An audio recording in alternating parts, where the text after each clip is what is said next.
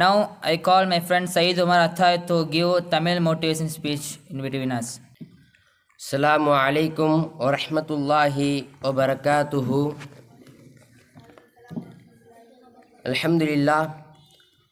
ஒருவன் தன்னுடைய வாழ்க்கையில் முன்னேறுவதற்காக, ஒருவன் தன்னுடைய வாழ்க்கையில் வெற்றி பெறுவதற்காக பல்வேறுபட்ட வாய்ப்புகள் இருந்தாலும், பல்வேறுபட்ட கல்வியறிவு இருந்தாலும், அவனிடத்திலே தயக்கம் என்பது இருந்தது என்று சொன்னால் அவனால் வெற்றியை பெற முடியாது. அப்படி தானே அன்பார்ந்தவர்களே? ஒருவனிடத்தில் தயக்கம் இருந்தது என்று சொன்னால் அவனிடம் ஒரு வாய்ப்பு இருக்கிறது, ஆனால் அவன்கிட்ட தயக்கம் இருக்குது அப்படின்னு சொன்னால் ஆனால் வெற்றியே பெற முடியாது. நீல் ஆம்ஸ்ட்ராங் கேள்விப்பட்டிருப்போம்ல, அவர் யார்? நிலாவில் கால் வச்ச முதல் மனிதர். அவர் ஒரு முறை அவர் என்ன செய்தார்னா, அதாவது அந்த நிலாவுக்கு, அதாவது எட்வின் ஆல்ட்ரின் என்ற ஒருத்தர், அவர் தான் பைலட்டு. அவர் அதாவது இந்த ராக்கெட்டு போய் அந்த நிலவில் போய் இறங்குது. நிலவில் இறங்கினோன்னே முதல் கதை ஓப்பன் ஆகுது. முன்னாடி இருக்கிறது எட்வின் ஆல்ட்ரின், அவர் தான் பைலட்டு. அதுக்கடுத்து தான் கோ பைலட் வருவார். அவருக்கு தான் முன்னுரிமை கொடுக்கப்படும். அவர் போய் நிற்கிறாரு. அப்போ பின்னாடி அறிவிக்க வருது, இறங்குங்க, நீங்கள் நிலவில் கால் வைங்க அப்படின்னு சொல்லும்போது எட்வின் ஆல்ட்ரின் பயப்படுதார், தயக்கம் கொள்கிறாரு. ஏன்னா நம்ம இறங்குனா என்ன, யாருமே முன்னாடி இறங்க கிடையாது, முதல்ல இறங்குதாங்க. அப்படி இறங்கும் போது ஆக்சிஜன் இருக்கான்னு தெரியலை, நம்ம வச்சோடனே நம்ம வெடிச்சிருவோமோன்னு பயப்படுதார். அவருக்கு தயக்கம் இருக்குது. அவர் பார்க்குறாரு. ஒரு 3 செகண்ட் அவருக்கு டைம் அவர் கொடுக்கப்படுது. அவர் அந்த வாய்ப்பை நழுவுதார். பிறகு கோ பைலட்டுக்கு வாய்ப்பு கொடுக்கப்படுது, நீல் ஆம்ஸ்ட்ராங். உடனே அவர் சொல்லவே இல்லை, அவருக்கு அந்த வாய்ப்பு கிடைக்குது. உடனே அந்த இடத்துல கால் வச்சிருந்தார். இன்றளவும் அவர் இப்போ பேசப்படுற காரணம் என்று சொன்னால், அவர் தன்னுடைய வாழ்க்கையில் முயற்சி எடுத்துக்கொண்டிருந்தார். அவர் தயக்கம் என்பது அவர்கிட்ட இல்லை. அப்படி தானே? எவ்வளோ பெரிய ஆளாக இருந்தாலும் சரி, அவரிடத்தில் போய் நீங்கள் கேட்டோம் என்று சொன்னால் அவர்கள் சொல்வார்கள், நான் முதலில் தயக்கம் என்பது கூடாது. இரண்டாவதாக இருக்கிறத வச்சு நாம் பொருந்தி கொள்ளணும். நம்ம இடத்த அதானே இல்லை.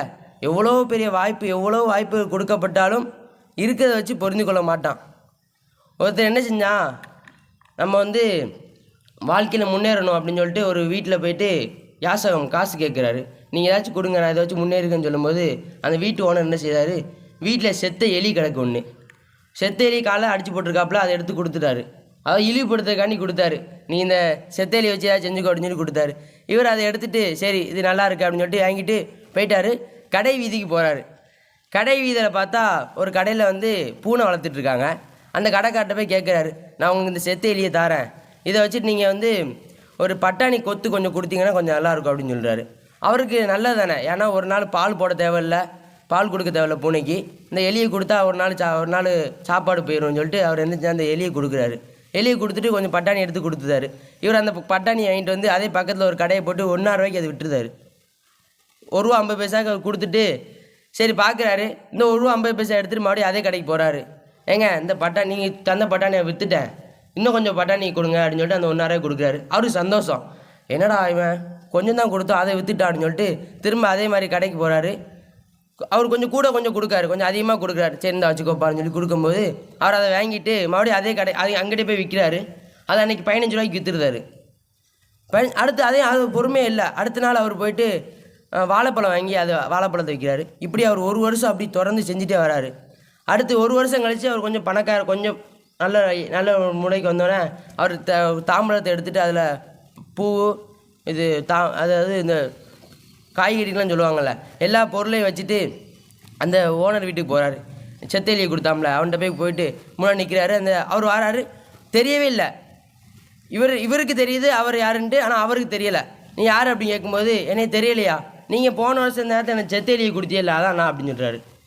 என்னடா நீ செத்தேலியை கொடுத்த இங்கிருந்து நிற்காருன்னு கேட்கும்போது நீங்கள் வீழ்த்துவதற்காக கொடுத்தீர்கள், ஆனால் நான் அது வாழ்த்தக்கூடியதாக மாற்றினேன். அதாவது கொடுத்ததை வாழ்த்தக்கூடியதாக மாற்றியவன் தான், அவனுக்கு தான் வெற்றியின் முதல் படி என்று கிடைக்கிறது. அதாவது வெற்றியின் ஒரு முதல் படி என்பது 10 அடி இருக்கும். அந்த முதல் படி நாம் தாண்டிட்டோம்னா அடுத்தடுத்து படி நம்மளுக்கு ஏசாக தான் இருக்கும். முதல் படி என்பது மிகவும் கடினமாக தான் இருக்கும். நாம் முயற்சி செஞ்சு நாம் வெற்றி பெற்றோம் என்று சொன்னால் அடுத்தடுத்து நமக்கு ஈஸியாக வந்துடும். அடுத்ததுன்னா எவ்வளவு தடங்கள் வந்தாலும் அந்த தடங்களை சரி செய்து கொள்ள வேண்டும்.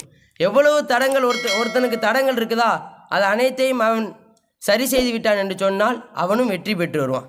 அதாவது அப்துல் கலாம் ஐயா நாம் கேள்விப்பட்டிருப்போம்ல, அவர் யார்? ஒரு சாதாரண பேப்பர் போட்டிருக்க பையன் இவ்வளவு பெரிய விஞ்ஞானியா என்று சொன்னால் அவனுடைய வாழ்க்கையில் அவர் எவ்வாறு இருந்தார்கள்.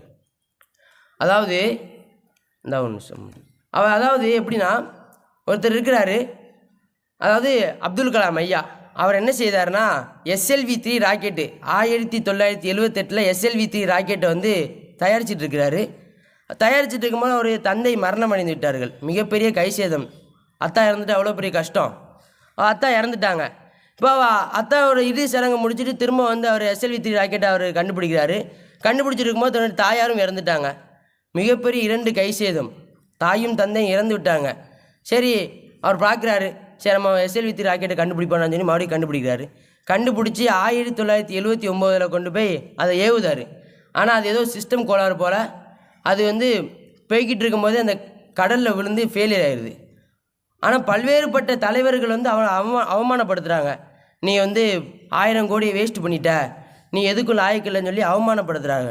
ஆனால் அதே SLV-3 ராக்கெட்டை 1980 ஏவி அனைத்து யாரெல்லாம் பேசினார்களோ அவருடைய மூஞ்சிலாம் கரையை பூசினார். இது எப்படி ஆகுது? அன்பார்ந்தவர்களே, நாம் சற்று சிந்தித்து பார்க்க வேண்டும்.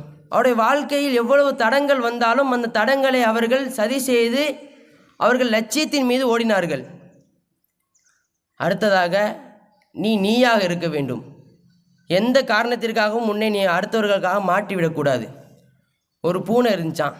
அந்த பூனை சரி நம்ம பார்க்க புலி மாதிரி தானே இருக்கிறோம், நம்ம பெசாட்டி புளியாக மாறிடுமா அப்படின்னு நினைக்கிது அந்த பூனை. அந்த பூனை என்ன சரி புளியாக மாறும் செஞ்சு மான்கிட்ட போச்சான். மான்கிட்ட போயிட்டு முன்னால் போய் நின்று உருமிச்சான். அந்த மானு கண்டுக்கிடவே இல்லை. பின்னாடி போய் நின்று உருமிச்சான், கண்டுக்கிடவே இல்லை. முன்னாடி வந்து மானே நான் தான் புலி வந்திருக்கேன், என்னை பார்த்து ஓடணும் அப்படின்னு சொல்லிச்சான். அந்த அந்த மானு சரியான சிரிச்சிட்டு நீ புலியாக இருந்தனா நீ வந்து துரத்தி கொண்டிருப்ப அப்படின்னு சொல்லிச்சான்.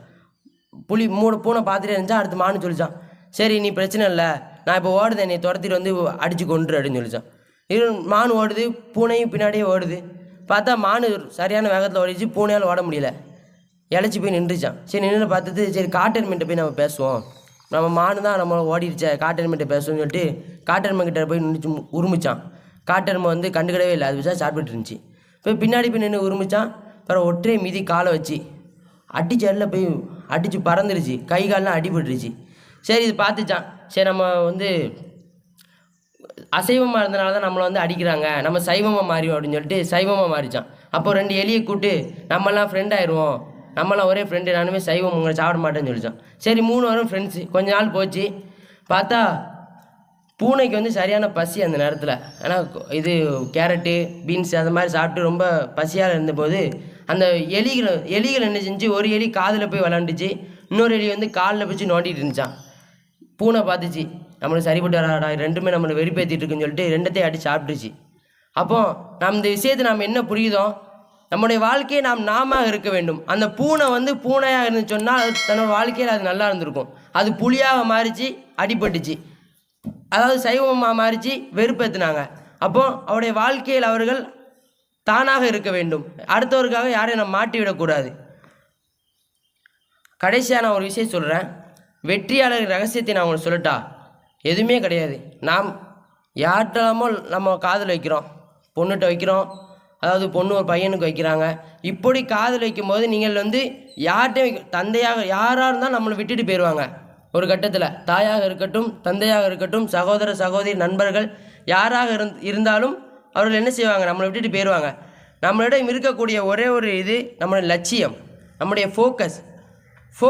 நம்மளுடைய சக்ஸஸ் மீது நீங்கள் காதல் வச்சிங்கன்னு சொன்னால் அவருடைய வாழ்க்கையில் அவர்கள் நல்லபடியாக இருப்பார்கள். அதாவது வாய்ப்பு என்பது ஒரு முறை தான் வரும். அந்த நம்மளுடைய வாய்ப்பு வந்து ஒரு முறை தான் நம்ம கதவை தட்டும். அப்போ தட்டும் போதே நம்ம என்ன செய்யணும்னா அதை வந்து பிடிச்சிக்கணும், விடக்கூடாது. என்ன ஆச்சுன்னா ஒரு தாயும் பிள்ளையும் நைட்டு வீட்டில் இருக்காங்க.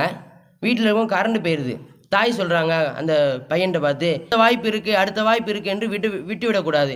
எனவே அன்பார்ந்தவர்களே, நாம் எதை கேட்டோமோ அதன்படி அமல் செய்யக்கூடிய பாக்கியத்தை வல்லோன் அல்லாஹ் நம் அனைவருக்கும் தந்தல்வானாக. வாஹிரு தாவானா அல்ஹம்துலில்லாஹி ரப்பில் ஆலமீன். ஸலாமு அலைக்கும் வரஹ்மத்துல்லாஹி வபரகாத்துஹு.